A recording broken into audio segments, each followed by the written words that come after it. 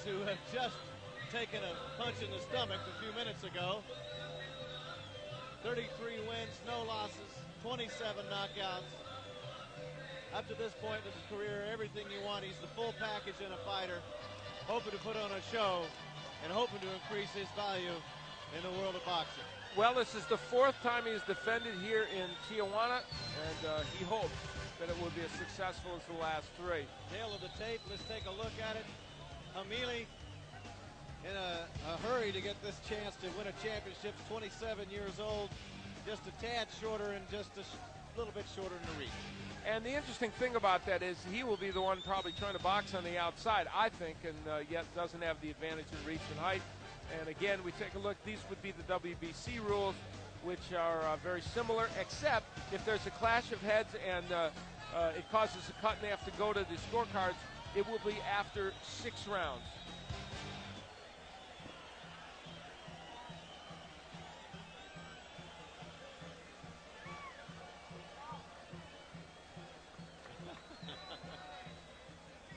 All right, let's get it going and set it up to Michael Buffer. Damas y caballeros, Barons, Top Rank Incorporated con Corona Extra, la cerveza más fina, presentamos 12 rounds of boxing for the WBC Super Bantamweight Championship of the World. Sanctioned by the World Boxing Council President Jose Suleiman, WBC Supervisor ringside Ariosto Manrique. Also sanctioned by the Tijuana, Baja California, Mexico Boxing Commission President Senor Roberto Magaña. Senior physician at ringside Dr. Ramon Cruz. Boxing directors Rigoberto Martin del Campo, Jose Luis Esqueda. Timekeeper at the bell and counting for the knockdown seconds, Sergio Hernandez. The 3 judges scoring this bout on a 10-point must system are Tommy Kazmarek, Chuck Hassett, and Tony Castellano. And when the bell rings, the man in charge of the action, working for the 118th time in a world title bout, World Boxing Hall of Fame referee Marty Denkin. Ladies and gentlemen, are you ready? Damas y caballeros, están listos. Con el torero de Tijuana, Baja California, Mexico, damas y caballeros, let's get ready to rumble!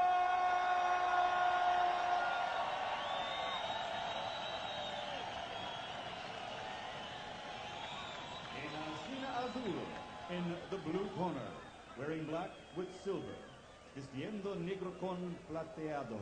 He weighs 121.5 pounds. Pesando 121.5. His professional record, 39 victories, including 30 knockouts, with 4 losses.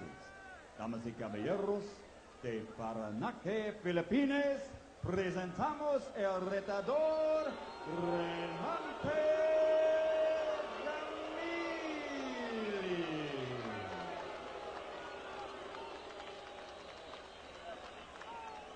Y ahora, damas y caballeros, en la esquina contraria, vistiendo negro con blanco, pesando 122 libras, at 122 pounds, con un récord profesional invencible en 32 combates, undefeated in 32 bouts, all victories including 26 knockouts, and he is rated among the best pound for pound in the world today. Damas y caballeros, aquí presentamos el campeón mundial invencible de los pesos super gallos de Tijuana, Baja California, México, el norte, el terrible Morales.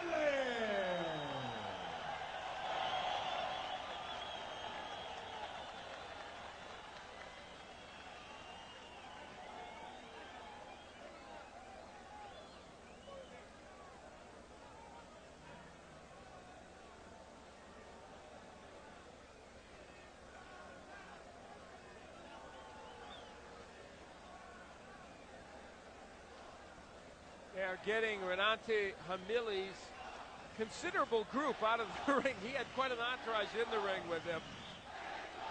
And now we're set for the instructions. Well, he had to bring a few friends to town. Yeah, really.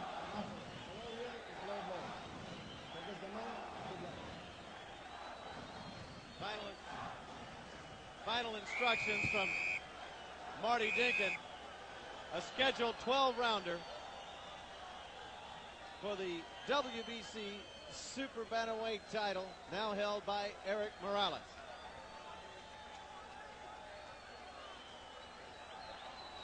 The crowd is on its feet.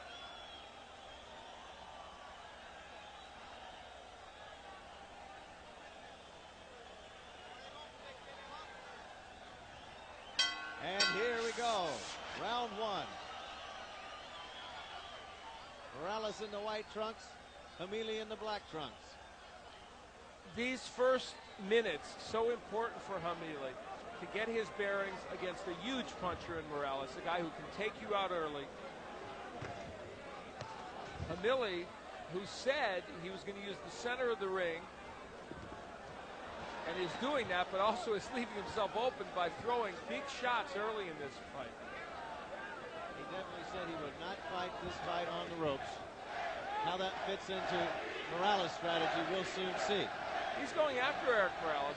Absolutely. He's a tall fighter. Morales doesn't fight that many tall fighters in his weight division as tall as him, so that's a plus for Jamili. Wide punches from Jamili so far. And it's one of the things Morales says people saw on the tapes, and that's not a good thing against Eric Morales. Oh, big right hand. Big haymaker coming right there that missed from Jamili on the outside. And a nice counter right that landed by Eric Morales. Morales lands one on the chin up against the ropes as Jamili, where he says he does not want to be.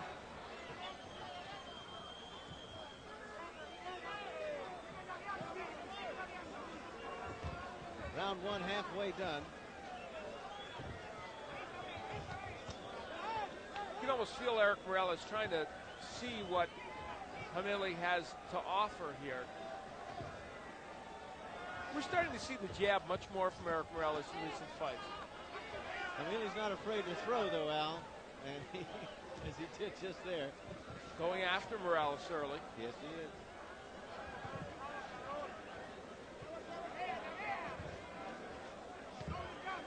People to think of Morales as just some slugger is a real misnomer. Look at how well he keeps his hands up, brings his hands back to position after he throws. Eric Morales, a very well-schooled technician in the ring. Inside 50 seconds, round one. Those punches not effective, but Morales seeing an opening and trying to take advantage.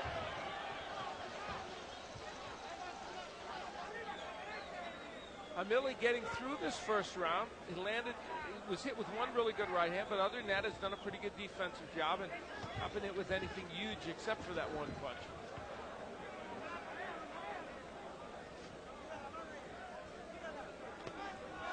He's traveled a long way for a shot he said he's wanted for a long, long time. Felt like he was being pushed aside. He is the #1 contender in the WBC. 10 seconds left in round one of a scheduled 12-rounder.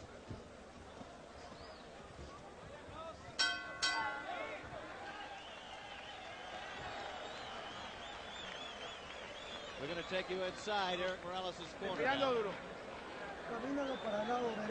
You got to walk him to your right side.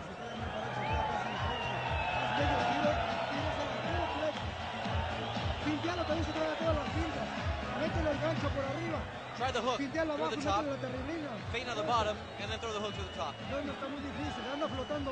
not that difficult, he's just floating around.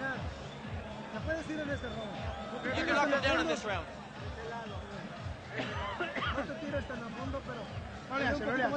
Don't press so hard.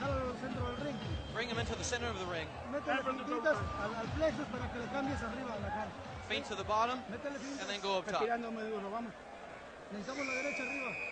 We need that right. Up top.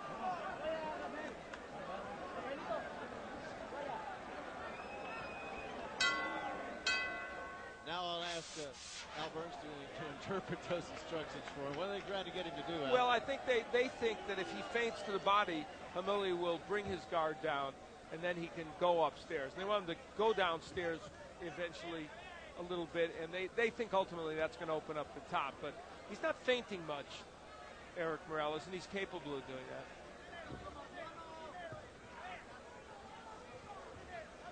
We're in round 2 of this WBC Super Bantamweight Championship. Eric Morales looking to ignite the local Tijuana crowd. Makes his home here. Proud of the fact that he brings fighters here to fight him. He really has done that. His 4th defense in Tijuana of the 7 that he is making, and he wants to show the world that there's opportunities here in Tijuana. He brings commerce to the city when he fights, and good for him. It's his hometown. And certainly the atmosphere here at the Bull Ring is a great atmosphere for a boxing match. Jamili throwing a lot, not much getting through the defense of Morales. But he is throwing a lot. Good right hand gets in. Morales is looking to counter. You can see he's not in any kind of trouble, but is looking for his spots. Jamili so far a pretty busy fighter, Al. Yeah, he has been. And that's good for him because he's keeping Eric Morales off guard by throwing punches. If you let a puncher just load up and come to you, you're in trouble. Now he's bullying his way forward behind his shoulder. There comes Morales. Jamili beginning to get a sense of the power that he's facing tonight. Morales using the jab. We saw him use it in his last title defense against Ramirez. He boxed a lot in the last 4 or 5 rounds of that fight. Big hook lands by Morales. He's got power in both hands. That's what's tough when you're facing him.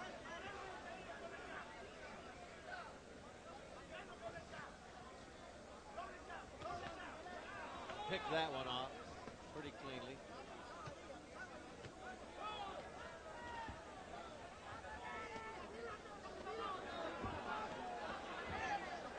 Morales leaning up against the rope, looking to counter. Jamili just keeps throwing.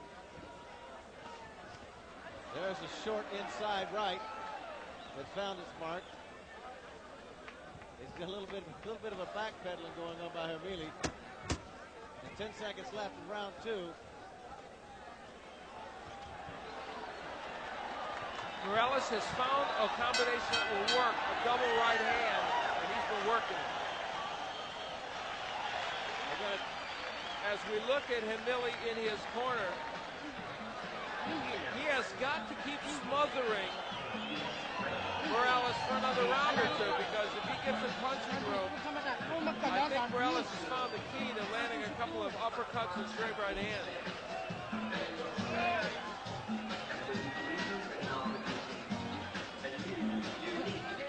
I think in the last round he tasted the power of Morales in a big way.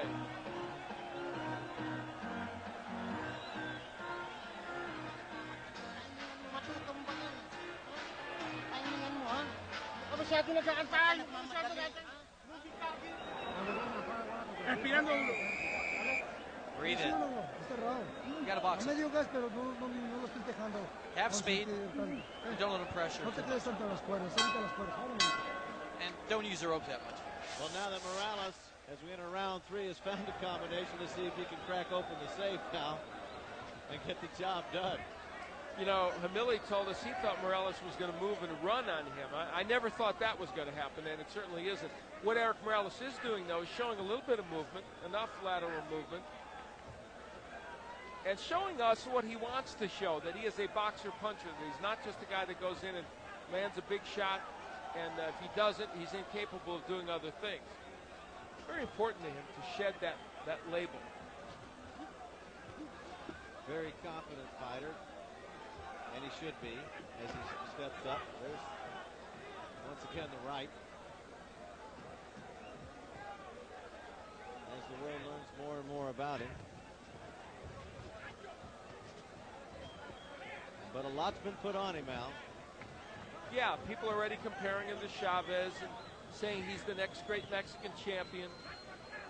But I think he's handling it with a certain degree of aplomb, and I think he knows that unless he keeps working hard and winning fights, that's going to all go away. Just on the inside. You get the sense he's steadily trying to figure out what he needs to do here, while Jamili is steadily just throwing punches and coming in. Jamili is undaunted by what's going on here. He's not intimidated at all by Morales and lands a nice right hand. Jamili pushes a lot of his punches, though. He doesn't throw them with a lot of snap, and that diminishes some of the power. There's an uppercut that landed. There's another combination that landed. Jamili seems to take it so far, but he's backing up now. Another combination. The right got into the chin. He lunged and got hit with an uppercut, and those were A punches by Morales. Those were not secondary punches. Those were the kind of punches Morales usually hurts people with, and Jamili was able to take those shots. I think he was stunned momentarily, but he didn't go anywhere. He acted like he'd been there before.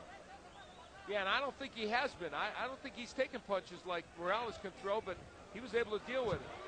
About 30 seconds left here in round number 3 of the WBC Super Bantamweight Championship. It's been a good round, though, for Morales. He's landed some very good punches and figured out a little bit what to do with Jamili when he lunges in. He's going to try the uppercut again and work inside if he can and step back out. Trying the fake that his corner was talking about.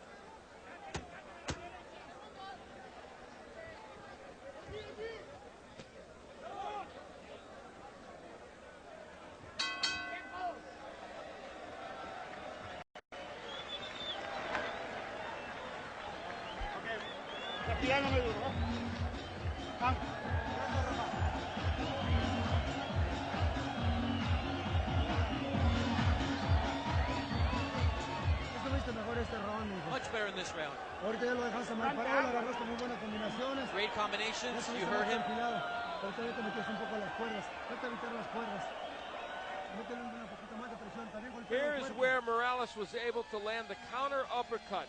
Now, it didn't hurt Jamili as much as he would have liked because he was backing up and threw it off his back foot. But he was still able to get some good work done on the inside. And you see the good defense of Jamili, though, keeping his hands up and not allowing Eric Morales to land the really big shot. Well, here we go in round number 4, and we'll begin to see if Eric's beginning to figure this guy out. As we said, he didn't know a lot about him coming in, and so maybe he's starting to figure some things out. Certainly a good round 3, good solid round 3 in favor of Eric Morales. Eric Morales is, make no mistake, a boxer from the ground up. He put on his gloves for the first time at the age of 5. His father, Jose, was a title contender in the 1970s, so he has lived, eat, and breathed boxing since he was a 5-year-old. He trains in a gym over his father's store here in North Tijuana. I mean, you can't be more grounded than that when you're training over your dad's store. Still lives in the north zone of Tijuana, an area that's a little rough, but nobody bothers him. No. Nobody bothers him. Quite comfortable there. He is aware that U.S. boxing critics have said he doesn't fight in the U.S. enough.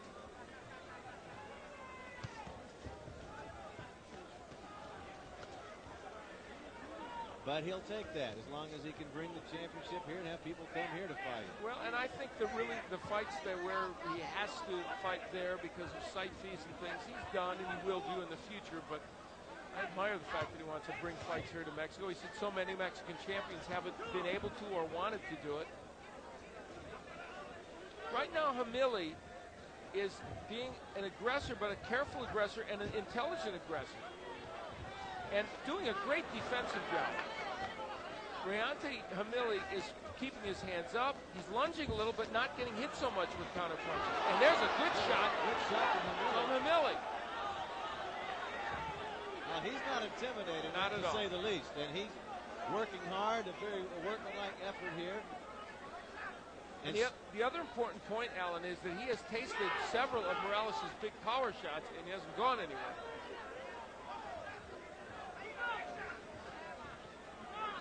He's working from the outside now. A little movement from Jamili. I think he's getting more comfortable. He seems to be oblivious. Well, this has been his best round of the fight, and he's taken the crowd out of this fight a little bit. Yeah. Because of what he's done in this round. Now Morales trying to come back off the ropes, but Jamili keeps boring in. Took one on the chin there. Another combination right in the face. But he's throwing. Let's see if Morales continues to press it. Right inside, yes. Morales will jump on you quick if you give him just the slightest opening. He's a great finisher. And I think he thought Jamili was hurt there, and I'm not sure he was, but he did come back well in this round. Closing seconds, round number 4.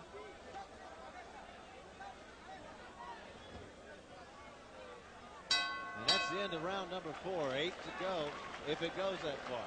And despite the fact that Morales came back with a good rally at the end of that round, the best round of the fight so far for Jamili.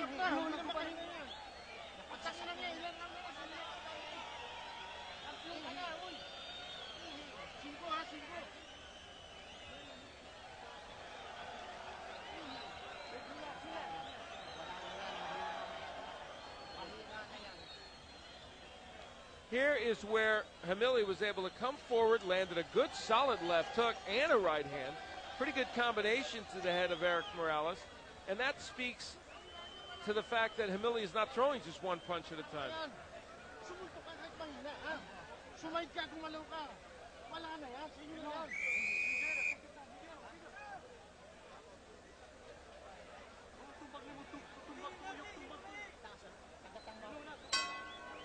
Well, Al, I've seen 4 rounds of Jamili fighting, and he didn't come in as a stiff by any means.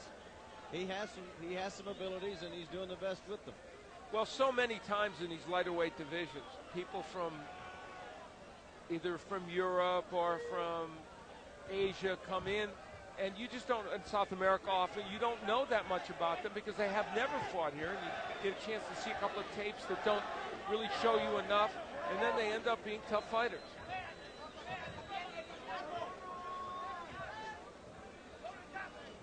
Jamili has been the #1 contender of the WBC, felt he waited his time, and now it's here.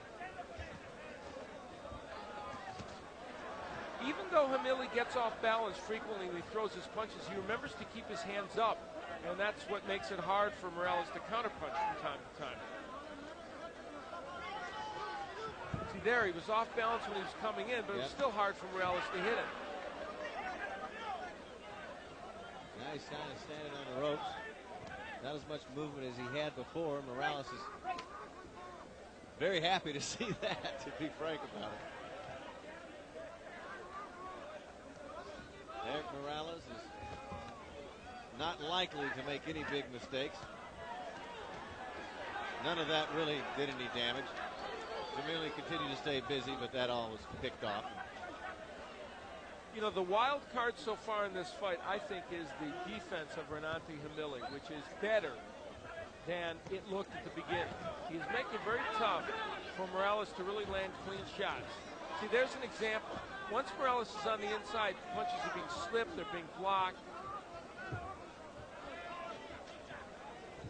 Well, we wonder if, as they kind of tangle up a little wrestling there, we wonder if Eric will begin to think that maybe he needs to put more of a show on and worry about the crowd or his own reputation, or just continue to do what he has to do to win the fight. Sometimes that can be a factor, especially since we just saw Arce lose here. Well, there is pressure on you always, I think, when you fight in front of a big crowd to do more than just win. And all you can do is win, whether it's by knockout or decision. You have to just let it flow. 30 seconds. Just about coming up on 30 seconds left in round 5. They lock up on the ropes in this very tiny ring, as Al Bernstein has pointed out tonight.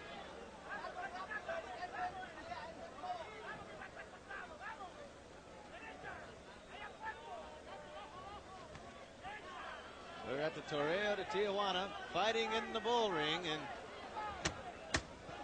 closing up on the end of round 5.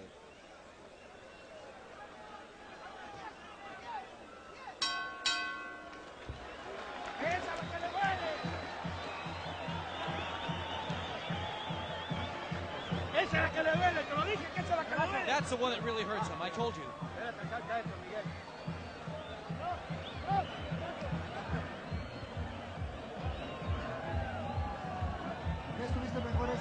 You were much better in this round.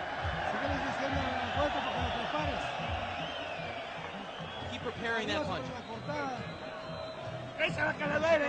That's the one that really hurts him. The right. Then you duck a little bit and you counter with the left up top. Of course you can do it. Let's go. Drink some water. You see how much more passive he was when you started going to the body?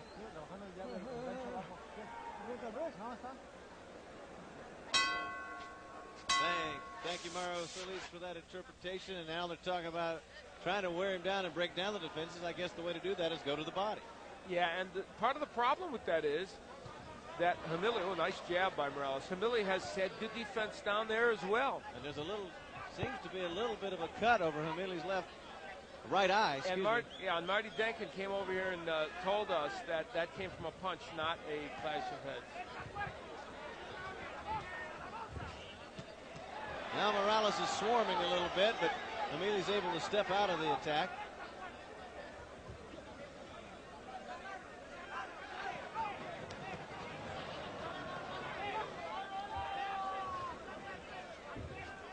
He has made Morales miss a lot. Now, in his last defense against Ramirez, Morales landed 43% of his punches, which is a very nice percentage. Numbers according to CompuBox into that fight. And but tonight, clearly, it's a lot less. He's pressing the attack. Morales coming in behind his left. He seems to be able to double up the left sometimes now. Much less coming from Jamili in terms of offense now.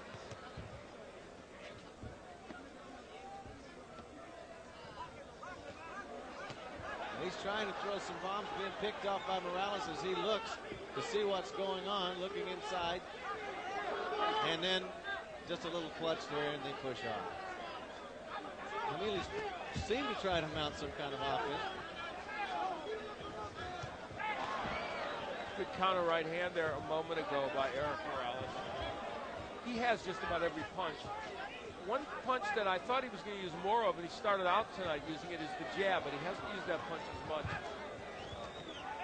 And when he has, it's been mostly as a range fight. Nice, seems to be chopping away. More blood coming from the eye of Jamili. And Nante Jamili from the Philippines, putting up a very game effort tonight.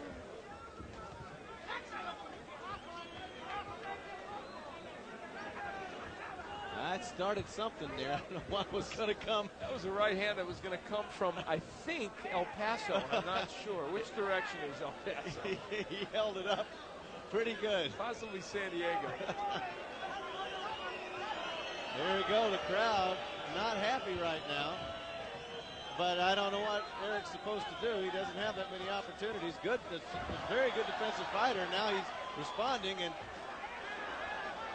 trying to chop away. He is doing damage. You can see the blood pouring from the right eye. There's a good punch. There's a right hand. Knocks Jamili down. Right on the chin. With just a few ticks left in round 6. The referee is counting, and they're going to end the fight. And the hometown hero wins by knockout in 6 to retain his WBC Super Bantamweight title. And I would just remark that Marty Denkin showed us what good refereeing is all about. He waited, he motioned the fighter to come in, he took an extra 2 or 3 moments, and then said, no, I'm stopping this fight, and it was the appropriate call. And for Eric Morales, that power is the equalizer, because at any given time, even though, as we pointed out, good defensive job by Jamili, this man was able to get it done with his power. I do not believe that there is anyone at 122 pounds or 125 pounds who can stand up to his power when he hits them correctly. Well, Al, we saw an example of how quickly he can get on you. He's like a cobra. We're kind of going along here, and Jamili's holding on, and then all of a sudden he gets a tiny opening, and bang! He was looking for it all night. You can run, but you can't hide. Morales is a very explosive puncher, and that maybe was as good a demonstration of it as we have ever seen in his career. Here's where Jamili was getting against the rope. The jab set this up. He's using the jab effectively, which I think is a key point, because the right hand is what would do the big damage. There's the jab, throwing the right hand. There's a chopping right hand. Yep. He was already starting to hurt Jamili with these punches. That was actually a lead right hand that worked there, but the reason the lead right hand worked is because he had used so many jabs. And when he hits you like that, you're in big trouble. Well, the damage was being done. Ooh. That's a home run ball. That is a home run ball. That was a clean, nice punch. And for Eric Morales, we see the Morales from the outside with his power. We've also seen him on the inside with uppercuts and left hooks. He has many, many weapons to use against the fighter. Well, he can come at you from every angle, Al, and not to be trite about it, but the lead right, or it was a matter of him figuring out the combination, and he was going to get in sooner or later. And when you're doing the damage and Jamili's starting to show the effects of the damage, you could see right as that combination came in, he started chopping away. His guard came down, and that's all it took within a flash of an eye. And as I said, whether it's junior featherweight, which he's at now, or featherweight where he hopes to go soon, if Eric Morales hits you right, I don't know if you're going to stand up. And that's what happened with Jamili. And so is the Prince in his future? Is Antonio Barrera in his future? One of those guys may soon be in the ring against Eric Morales.